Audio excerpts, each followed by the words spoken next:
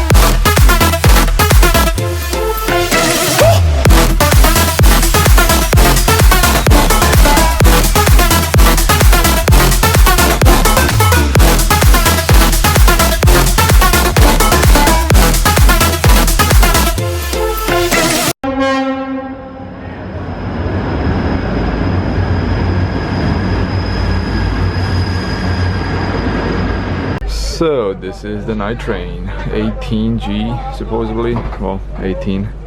This is how it looks, quite small actually, but unfortunately like at the top, which I hate. I always hate sleeping on the top no matter what.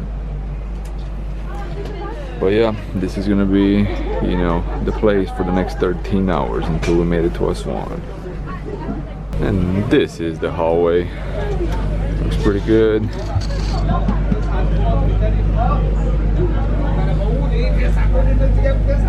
And here we have a little sink, a little towel, a little mirror if you want to hang your clothes, but that's pretty much it. A little pipe burst looks like it on the street that I'm staying. It's quite a bit flooded. So the first destination of the day here in Aswan is going to be Elephantine Island right there in the middle. And yes guys, this is the big Nile River. Check it out, a lot of feluccas, a lot of little motor boats, some big boats right there. Yeah, so this is the source of Egypt. You know, this is pretty much where Egypt life is. You know, if you look at Egypt, all the cities, you know, I'll say probably 90% of the cities, and that's probably confident, you know, putting that big of a percentage, are around the Nile River. You know, this is pretty much where life exists, all the way from Cairo all the way down to the border with Sudan. But yeah, let's go and check it out and see what the island has to offer.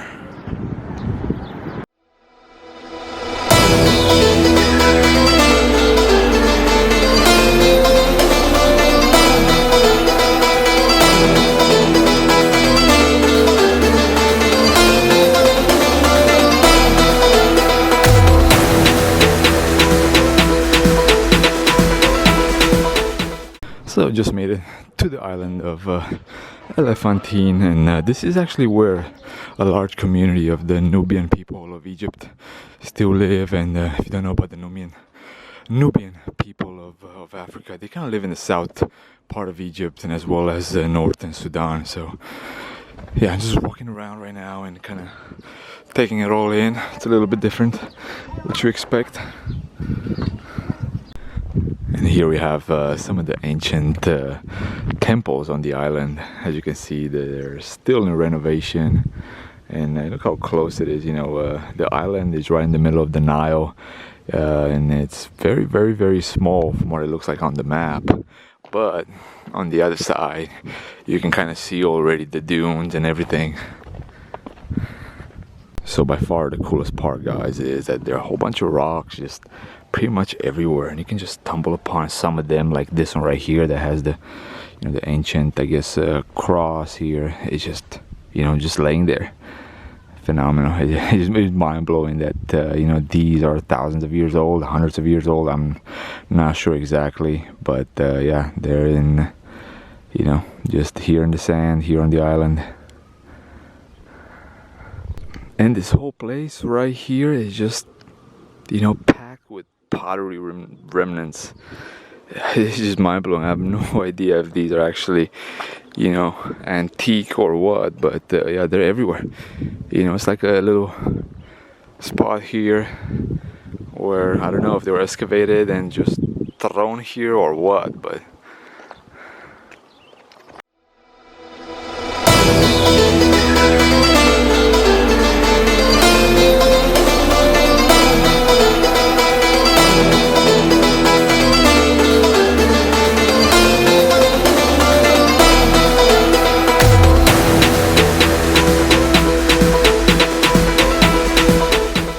so here's the other side of the island and the other side of the Nile, and it looks like there they have a monastery or some sort of church. I think so, based on the shape.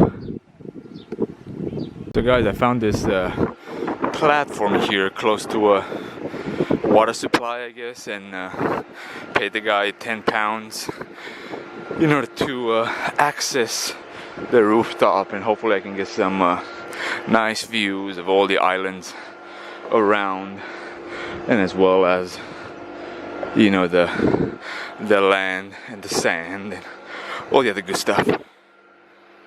So this is it, guys, check it out. Splendid view. It's a little bit windy up here, gotta speak straight into the microphone, but yeah, beautiful views. The feluccas, the little sailboats, you know, mostly for tourists nowadays, that can take you on a little Nile cruise.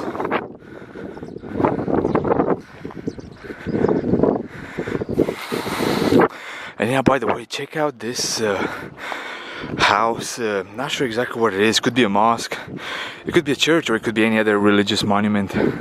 It's very similar to, architectural wise, the dome, you know, with the poles sticking out, the ones that you find like in Mali or Burkina Faso, and you know, the ones in Timbuktu that I'm referring to. Yeah, it's wasn't expecting to find this here, but yeah, those are the ruins that we were through earlier. Let me zoom in a little bit. There's the old Coptic, not old, but you know, the Coptic Christian church here in town. It's actually quite humongous. Yeah, check it out.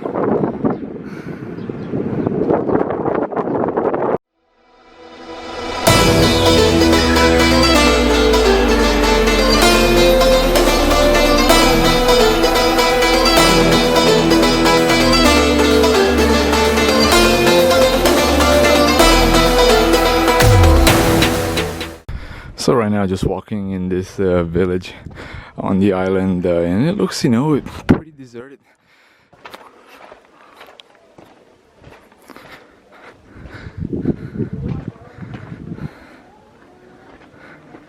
Yeah, no idea.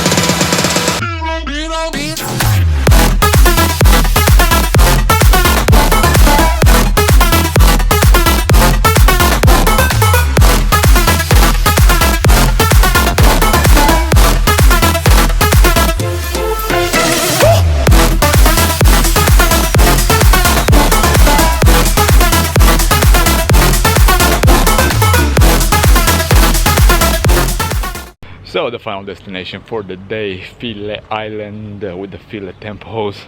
After really hard negotiation, 150 Egyptian pounds to get to the island, which is barely a 10-minute boat ride.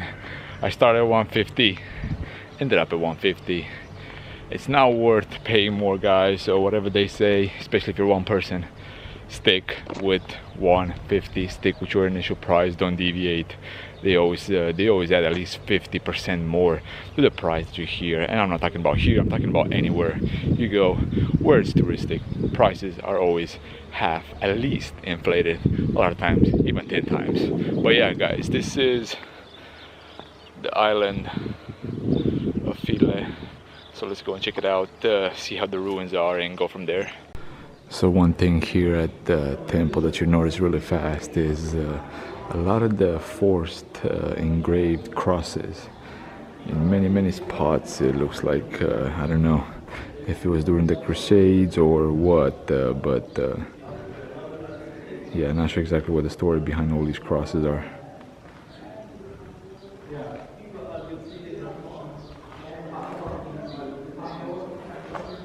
Lots and lots of sculptures and a lot of the hieroglyphs pretty much on all the walls, guys. Check it out.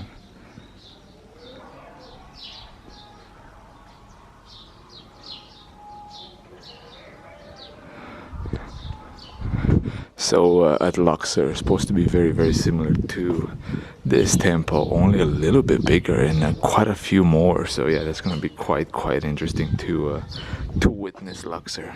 Check it out. Yeah, this is like a introduction to what's gonna be next on the channel from Luxor. So what do you guys think this is? This sculpture, what does it represent? You know, it looks like someone just juggling a whole bunch of bottles on their head while they're, I don't know, playing with a tennis ball on the left hand. It's quite interesting to try to associate these with I don't know, I guess something in the modern world.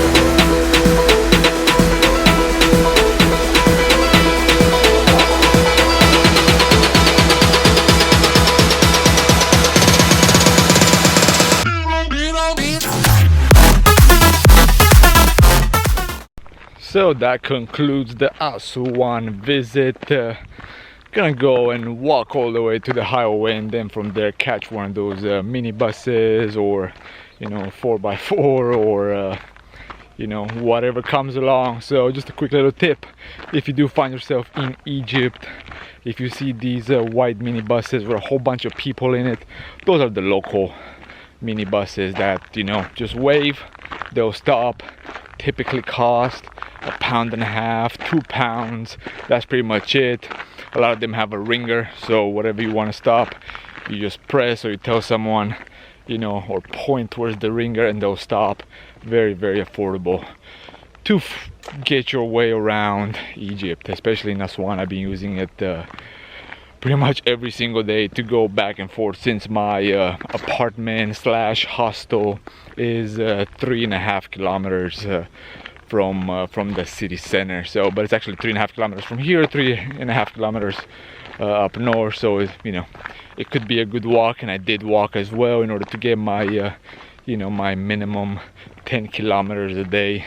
That's a goal that I try to reach pretty much everywhere I go. But either way, all that stuff behind, hopefully you guys enjoyed Aswan. It was terrific. Next episode is gonna be a smaller episode from Abu Simbel, which I actually filmed this morning. So in case you haven't noticed, today is a different day than the first part of the video, just because I had to break it up.